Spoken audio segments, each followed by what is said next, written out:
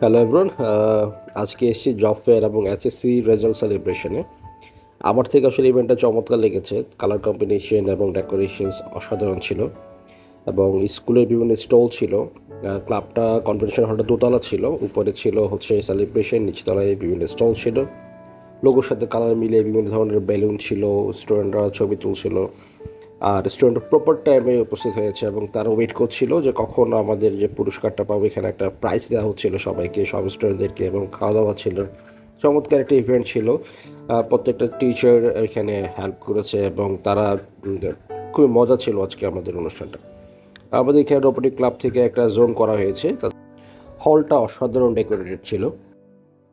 তো প্রত্যেকটা স্কুলের ইনোভেশনগুলো আমাদের স্কুলের স্টলের মধ্যে শো করা হয়েছে এবং আমাদের সাথে সাথে একটা জব ফেয়ার ছিল। সেই জব ফেয়ার বিভিন্ন স্টল ছিল নিচতলায়। আমরা উপরের অনুষ্ঠান সেলিব্রেশন শেষ করে আমরা নিচের দিকে কিছু ফুড স্টল বসেছিল, আমরা সেই ফুড স্টলগুলোকে ট্রাই করছিলাম। খুব চমৎকার পিঠা ছিল, পুডিং ছিল, এখানে অনেক মজার খাবার ছিল।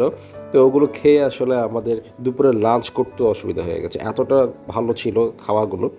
তা আমরা খাওয়া দাওয়া শেষ করে হচ্ছে আবার আসলাম এবং দুপুরের দিকে লাঞ্চের পরে একটা আমাদের সাংস্কৃতিক অনুষ্ঠান হয়। এই সাংস্কৃতিক অনুষ্ঠানগুলো উপভোগ করছিলাম। মাঝখানে আবার একটু দেখলাম যে রোবোটিক্স ক্লাবের তাদের কাজগুলো একটু দেখছিলাম।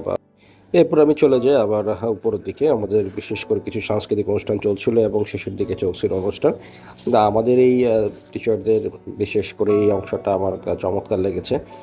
সবাই আসলে এনজয় করেছে, আশা করি আপনাদেরও ভালো লাগবে। ধন্যবাদ সবাইকে।